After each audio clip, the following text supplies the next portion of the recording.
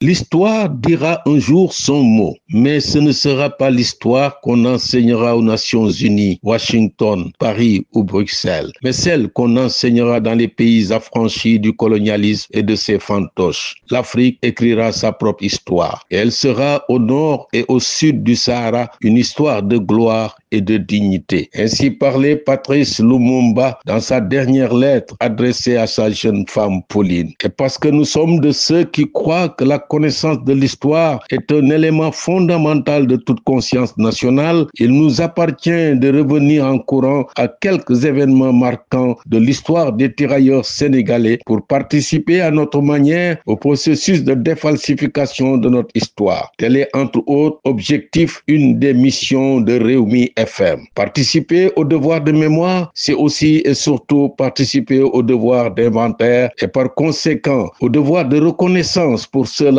les tirailleurs sénégalais qui ont réellement participé à impulser le mouvement décisif de décolonisation. Il ne faut en effet jamais oublier. Et en instaurant le 1er décembre 1944, en le proposant à ses pairs africains et au monde entier dont les pays fournissaient des tirailleurs sénégalais, le Premier ministre Ousmane Sonko rentre incontestablement dans l'histoire. Car il nous faut nous souvenir, nous devons nous souvenir. Tel fut le combat du grand mouvement patriotique sénégalais et africain tout court. Restaurer la vérité historique et par la même occasion, pour ce qui nous concerne, réhabiliter le preux combattant tirailleur sénégalais qui avait fait preuve d'un héroïsme sublime, surtout les théâtres d'opération où les avait conduits par la défense de la France considérée alors comme la mère patrie. C'est en souvenir de ces hauts faits historiques qui jalonnent la politique coloniale française que nous ne pouvons manquer de nous souvenir. La France qui n'avait fait que jusque-là que prendre les fils de l'Afrique, de Verdun à la ligne Maginot, de Tobrouk à l'Indochine, à la Cochinchine, au Laos, à Dien Bien Phu, à l'Algérie. La France vaincue, dominée, humiliée, occupée, qui a